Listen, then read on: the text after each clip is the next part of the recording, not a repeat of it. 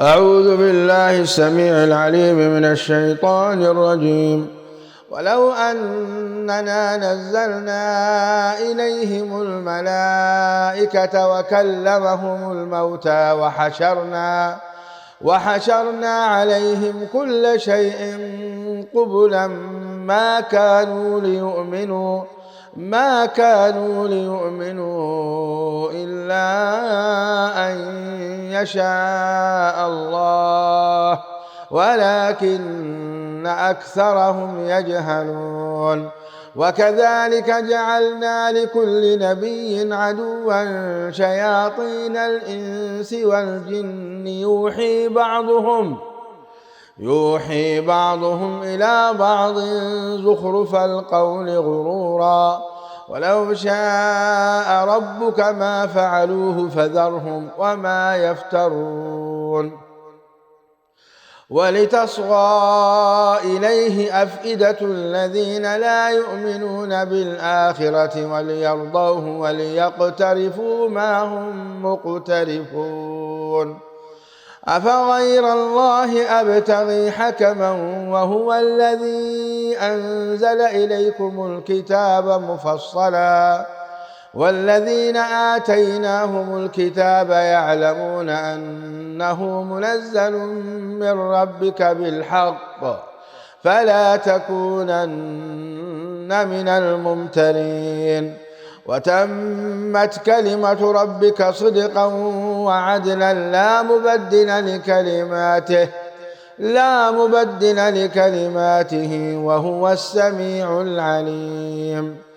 وإن تطع أكثر من في الأرض يضلوك عن سبيل الله إن يتبعون إلا الظن وإن هم إلا يخرصون. إن ربك هو أعلم من يضل عن سبيله وهو أعلم بالمهتدين.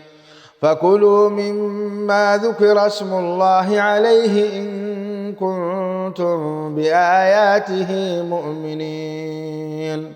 وما لكم ألا تأكلوا مما ذكر اسم الله عليه وقد فصل لكم ما حرم عليكم إلا ما اضطررتم إليه وإن كثيرا ليضلون بأهوائهم بغير علم إن ربك هو أعلم بالمعتدين. وذروا ظاهر الإثم وباطنه إن الذين يكسبون الإثم سيجزون بما كانوا يقترفون. ولا تأكلوا مما لم يذكر اسم الله عليه وإنه لفسق وإن الشياطين ليوحون إلى أوليائهم ليجادلوكم وإن أطعتموهم إنكم لمشركون. أومن كان ميتا فأحييناه وجعلنا له نورا يمشي به في الناس كمن مثله في الظلمات ليس بخارج منها كذلك زين للكافرين ما كانوا يعملون. وكذلك جعلنا في كل قرية أكابر مجرميها ليمكروا فيها وما يمكرون إلا بأنفسهم وما يشعرون.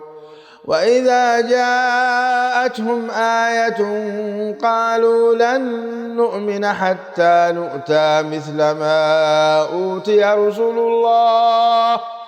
الله أعلم حيث يجعل رسالته سيصيب الذين أجرموا صغار عند الله وعذاب شديد بما كانوا يمكرون. فمن يرد الله أن يهديه يشرح صدره للإسلام ومن يرد أن يضله يجعل صدره ضيقا حرجا كأنما يصعد في السماء كذلك يجعل الله الرجس على الذين لا يؤمنون وهذا صراط ربك مستقيما قد فصلنا الآيات لقوم يذكرون لهم دار السلام عند ربهم وهو وليهم بما كانوا يعملون ويوم يحشرهم جميعا يا معشر الجن قد استكثرتم من الإنس وقال أولياؤهم من الإنس ربنا استمتع بعضنا ببعض وبلغنا أجلنا الذي أجلت لنا قال النار مثواكم خالدين فيها إلا ما شاء الله إن ربك حكيم عليم وكذلك نولي بعض الظالمين بعضا بما كانوا يكسبون يا معشر الجن والإنس ألم يأتكم رسل منكم يقصون عليكم آياتي وينذرونكم لقاء يومكم هذا قالوا شهدنا على أنفسنا وغرتهم الحياة الدنيا وشهدوا على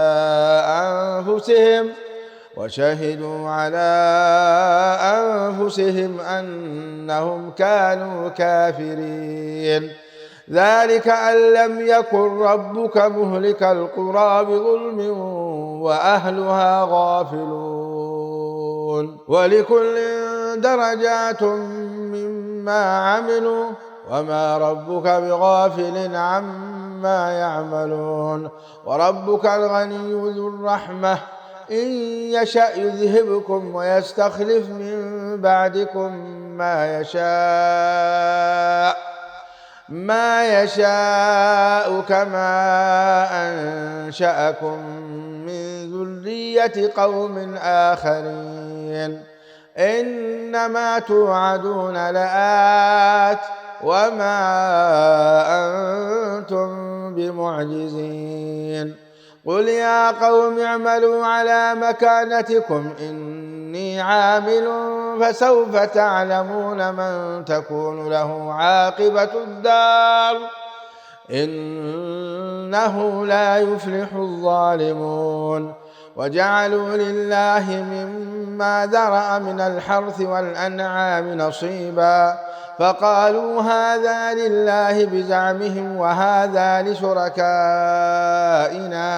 فما كان لشركائهم فلا يصل إلى الله وما كان لله فهو يصل إلى شركائهم ساء ما يحكمون وكذلك زين لكثير من المشركين قتل أولادهم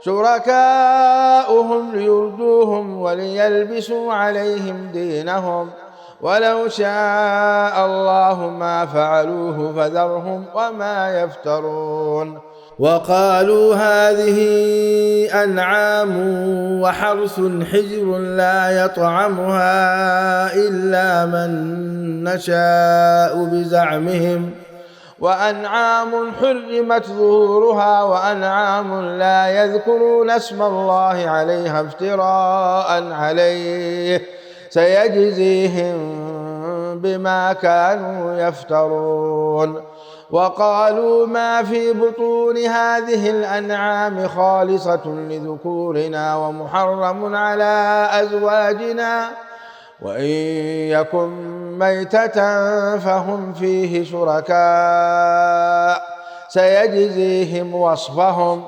إنه حكيم عليم قد خسر الذين قتلوا أولادهم سفها بغير علم وحرموا ما رزقهم الله افتراء على الله قد ضلوا وما كانوا مهتدين. وهو الذي أنشأ جنات معروشات وغير معروشات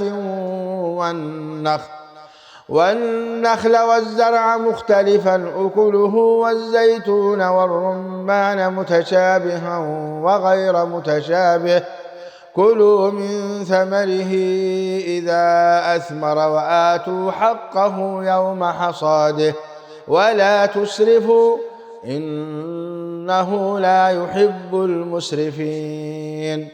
ومن الأنعام حمولة وفرشا كلوا مما رزقكم الله ولا تتبعوا خطوات الشيطان إنه لكم عدو مبين. 8 أزواج من الضأن 2 ومن المعز 2 قل أذكرين حرم أم الأنثيين أما اشتملت عليه أرحام الأنثيين نبئوني بعلم إن كنتم صادقين. ومن الإبل 2 ومن البقر 2 قل أذكرين حرم أم الأنثيين أما اشتملت عليه أرحام الأنثيين أم كنتم شهداء إذ وصاكم الله بهذا فمن أظلم ممن افترى على الله كذبا ليضل الناس بغير علم إن الله لا يهدي القوم الظالمين. قل لا أجد فيما أوحي إلي محرما على طاعم يطعمه إلا أن يكون ميتة أو دما مسفوحا أو لحم خنزير فإنه رجس أو فسقا أهل لغير الله به فمن اضطر غير باغ ولا عاد فإن ربك غفور رحيم. وعلى الذين هادوا حرمنا كل ذي ظفر ومن البقر والغنم حرمنا عليهم شحومهما إلا ما حملت ظهورهما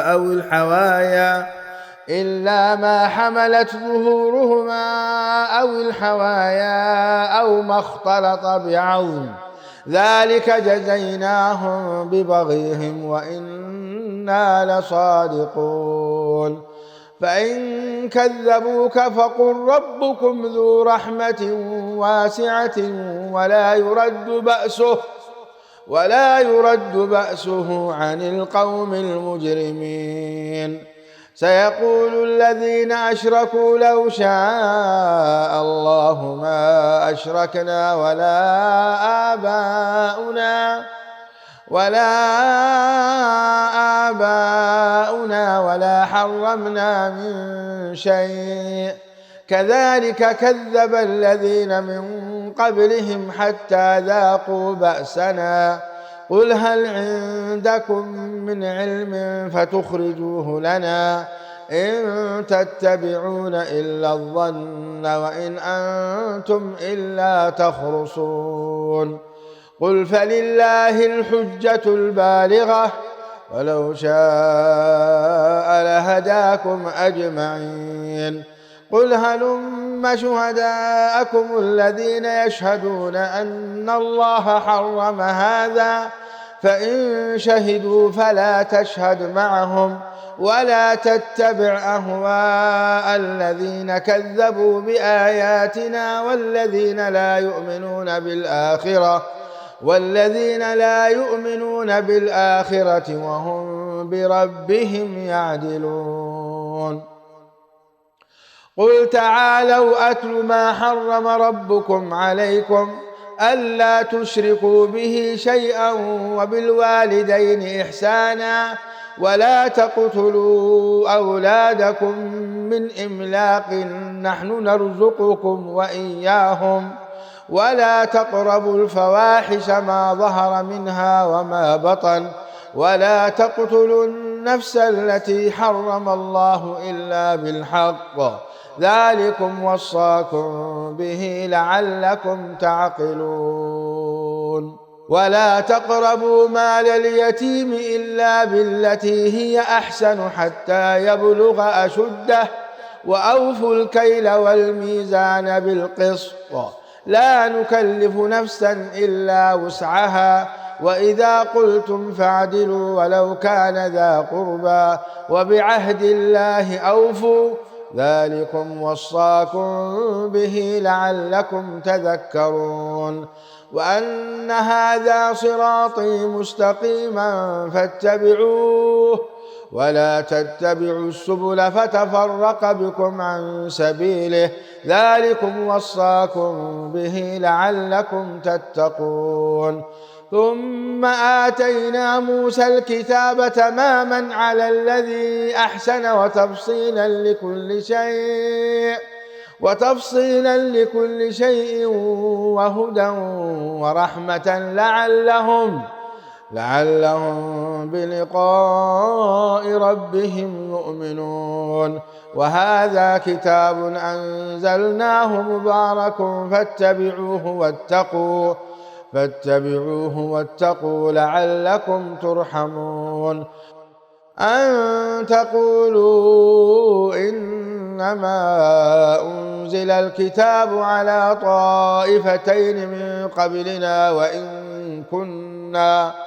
وإن كنا عن دراستهم لغافلين أو تقولوا لو أنا أنزل علينا الكتاب لكنا أهدى منهم فقد جاءكم بينة من ربكم وهدى ورحمة فمن أظلم ممن كذب بآيات الله وصدف عنها سنجزي الذين يصدفون عن آياتنا سوء العذاب بما كانوا يصدفون هل ينظرون إلا أن تأتيهم الملائكة أو يأتي ربك أو يأتي بعض آيات ربك يوم يأتي بعض آيات ربك لا ينفع نفسا إيمانها لم تكن آمنت من قبل أو كسبت في إيمانها خيرا قل انتظروا إنا منتظرون إن الذين فرقوا دينهم وكانوا شيعا لست منهم في شيء إنما أمرهم إلى الله ثم ينبئهم بما كانوا يفعلون من جاء بالحسنة فله 10 أمثالها ومن جاء بالسيئة فلا يجزى إلا مثلها وهم لا يظلمون قل إنني هداني ربي إلى صراط مستقيم دينا قيما ملة إبراهيم حنيفا وما كان من المشركين قل إن صلاتي ونسكي ومحياي ومماتي لله رب العالمين قل إن صلاتي ونسكي ومحياي ومماتي لله رب العالمين لا شريك له وبذلك أمرت وأنا أول المسلمين قل أغير الله أبغي ربا وهو رب كل شيء ولا تكسب كل نفس إلا عليها ولا تزر وازرة وزر أخرى ثم إلى ربكم مرجعكم فينبئكم بما كنتم فيه تختلفون وهو الذي جعلكم خلائف الأرض ورفع بعضكم فوق بعض درجات ليبلوكم فيما آتاكم إن ربك سريع العقاب وإنه لغفور رحيم. بسم الله الرحمن الرحيم. ألف لام ميم صاد. كتاب أنزل إليك فلا يكن في صدرك حرج منه لتنذر به وذكرى للمؤمنين.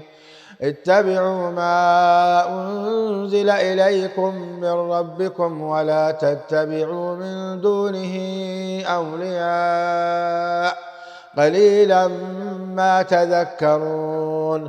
وكم من قرية أهلكناها فجاءها بأسنا بياتا أو هم قائلون. فما كان دعواهم إذ جاءهم بأسنا إلا أن قالوا إنا كنا ظالمين. فلنسألن الذين أرسل إليهم ولنسألن المرسلين فلنقصن عليهم بعلم وما كنا غائبين.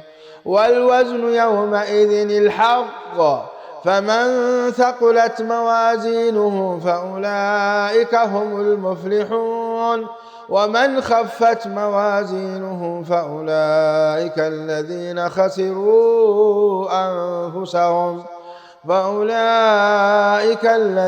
خسروا أنفسهم بما كانوا بآياتنا يظلمون.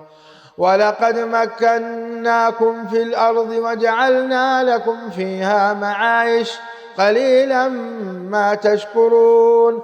ولقد خلقناكم ثم صورناكم ثم قلنا للملائكة اسجدوا لآدم فسجدوا إلا إبليس لم يكن من الساجدين.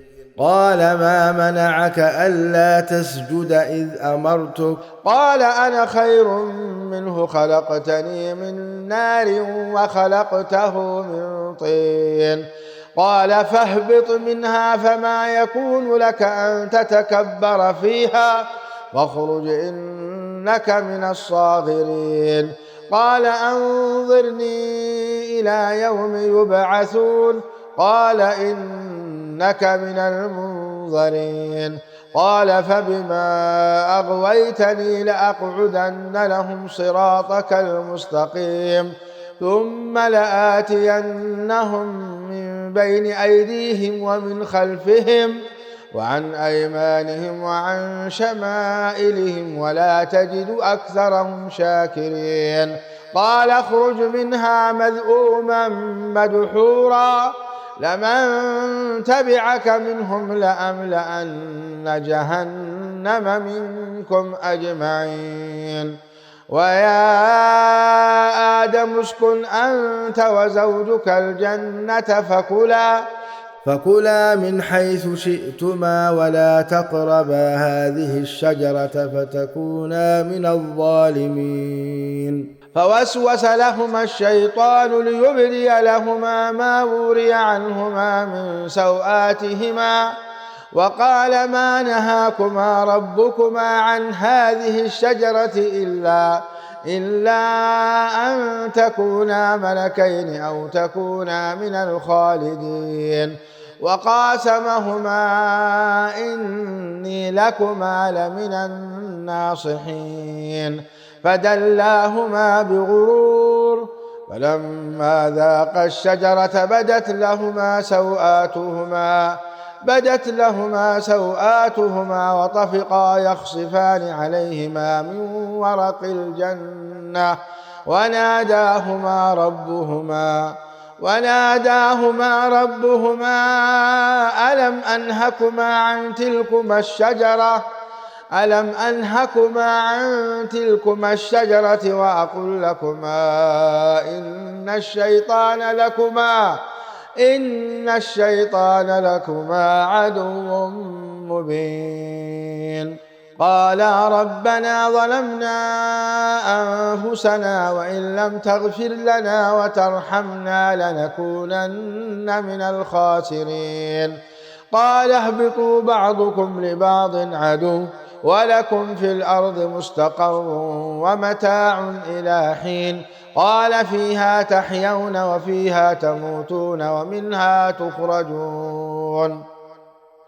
يا بني آدم قد أنزلنا عليكم لباسا يواري سوآتكم وريشا ولباس التقوى ذلك خير ذلك من آيات الله لعلهم يذكرون. يا بني آدم لا يفتننكم الشيطان كما أخرج أبويكم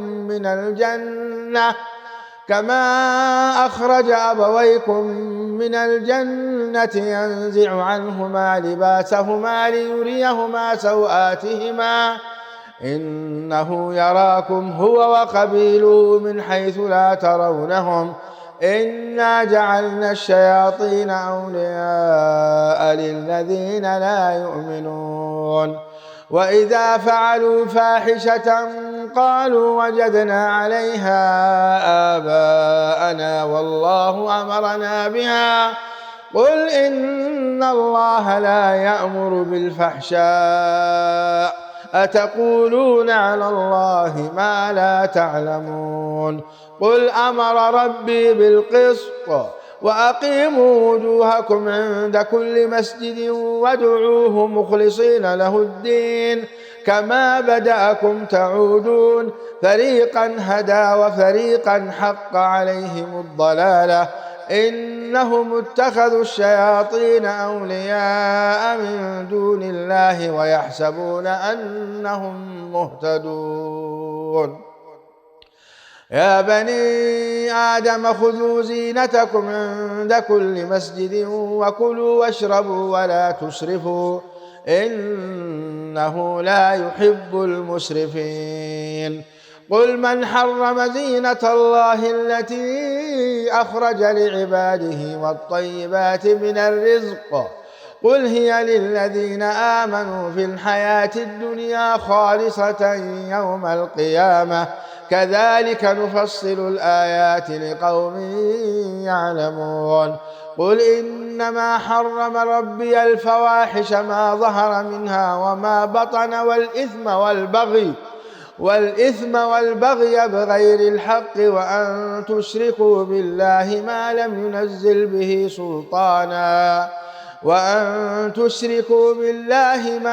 ينزل به سلطانا وأن تقولوا على الله ما لا تعلمون. ولكل أمة أجل فإذا جاء أجلهم لا يستأخرون ساعة ولا يستقدمون. يا بني آدم إما يأتينكم رسل منكم يقصون عليكم آياتي فمن اتقى وأصلح فلا خوف عليهم ولا هم يحزنون. والذين كذبوا بآياتنا واستكبروا عنها أولئك أصحاب النار هم فيها خالدون. فمن أظلم ممن افترى على الله كذبا أو كذب بآياته أولئك ينالهم نصيبهم من الكتاب حتى إذا جاءتهم رسلنا يتوفونهم قالوا أين ما كنتم تدعون من دون الله قالوا ضلوا عنا وشهدوا على أنفسهم أنهم كانوا كافرين.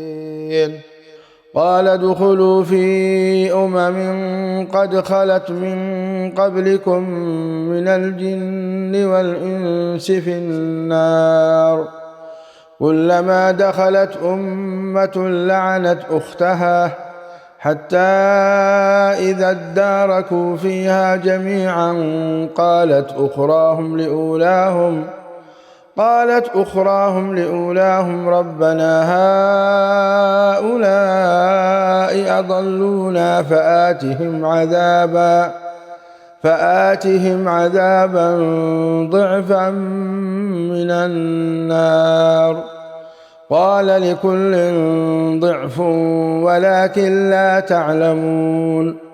وقالت أولاهم لأخراهم فما كان لكم علينا من فضل فذوقوا العذاب بما كنتم تكسبون.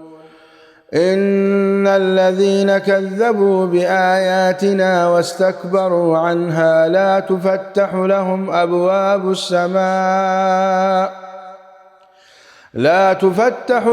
أبواب السماء ولا يدخلون الجنة حتى يلج الجمل في سم الخياط وكذلك نجزي المجرمين.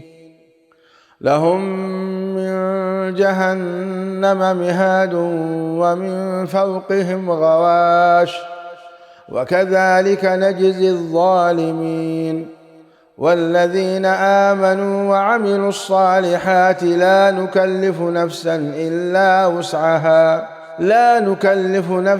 إلا وسعها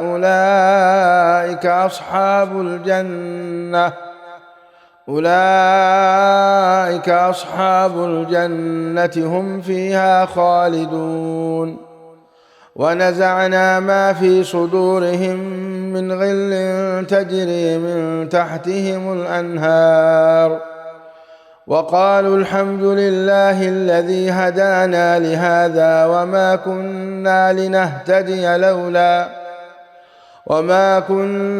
لنهتدي لولا أن هدانا الله لقد جاءت رسل ربنا بالحق ونودوا أن تلكم الجنة أورثتموها بما كنتم تعملون. ونادى أصحاب الجنة أصحاب النار أن قد وجدنا ما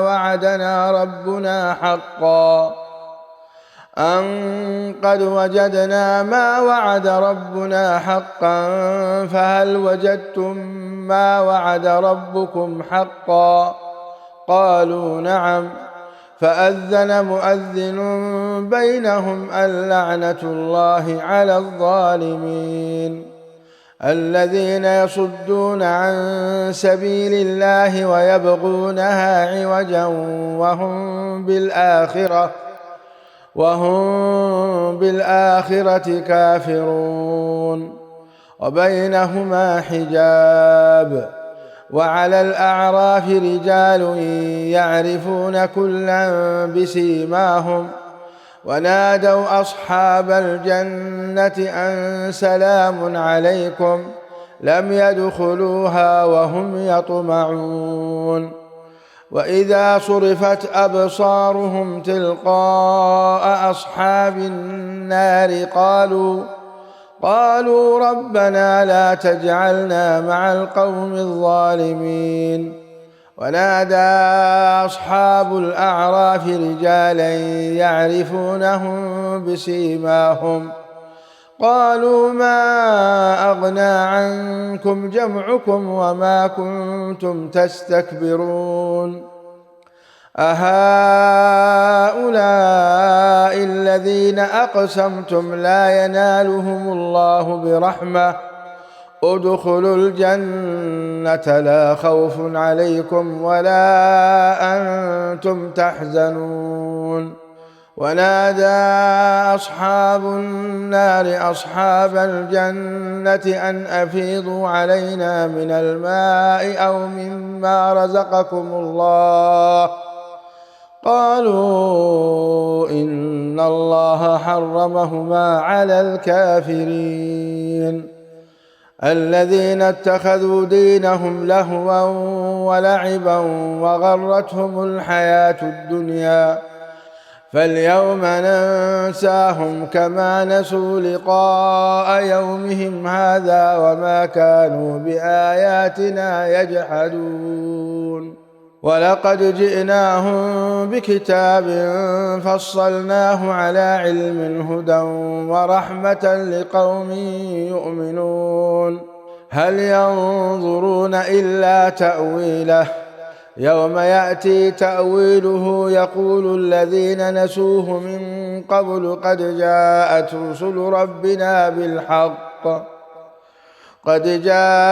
رسل ربنا بالحق فهل لنا من شفعاء فيشفعوا لنا أو نرد فنعمل غير الذي كنا نعمل قد خسروا أنفسهم وضل عنهم ما كانوا يفترون إن ربكم الله الذي خلق السماوات والأرض في 6 أيام ثم استوى على العرش يغشي الليل النهار يطلبه حثيثا والشمس والقمر والنجوم مسخرات بأمره ألا له الخلق والأمر تبارك الله رب العالمين ادعوا ربكم تضرعا وخفية إنه لا يحب المعتدين ولا تفسدوا في الأرض بعد إصلاحها وادعوه خوفا وطمعا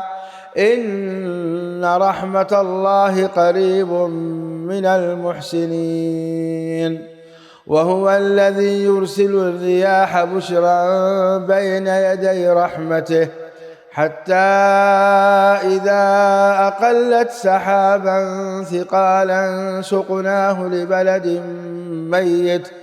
سقناه لبلد ميت فأنزلنا به الماء فأخرجنا به من كل الثمرات كذلك نخرج الموتى لعلكم تذكرون والبلد الطيب يخرج نباته بإذن ربه والذي خبث لا يخرج إلا نكدا كذلك نصرف الآيات لقوم يشكرون لقد أرسلنا نوحا إلى قومه فقال يا قوم اعبدوا الله ما لكم من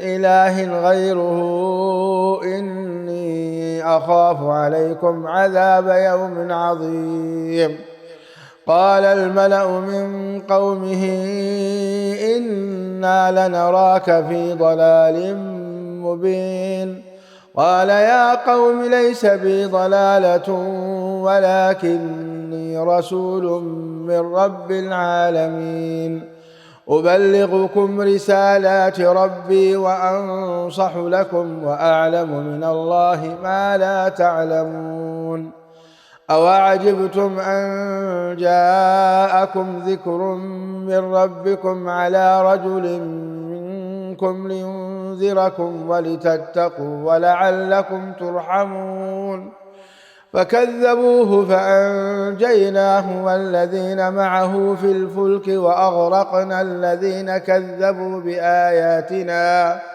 إنهم كانوا قوما عمين وإلى عاد أخاهم هودا قال يا قوم اعبدوا الله ما لكم من إله غيره أفلا تتقون قال الملأ الذين كفروا من قومه إنا لنراك في سفاهة وإنا لنظنك من الكاذبين قال يا قوم ليس بي سفاهة ولكني رسول من رب العالمين أبلغكم رسالات ربي وأنا لكم ناصح أمين أوعجبتم أن جاءكم ذكر من ربكم على رجل منكم لينذركم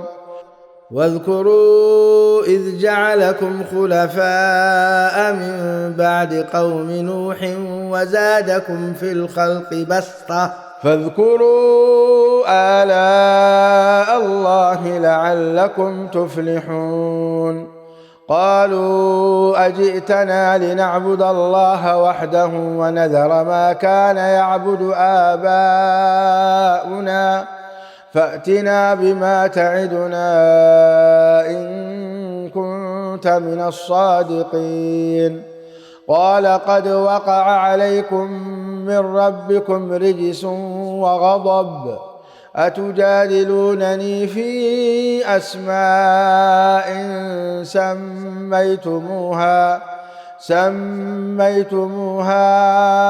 أنتم وآباؤكم ما نزل الله بها من سلطان فانتظروا إني معكم من المنتظرين فأنجيناه والذين معه برحمة منا وقطعنا دابر الذين كذبوا بآياتنا وما كانوا مؤمنين وإلى ثمود أخاهم صالحا قال يا قوم اعبدوا الله ما لكم من إله غيره قد جاءتكم بينة من ربكم هذه ناقة الله لكم آية فذروها تأكل في أرض الله ولا تمسوها بسوء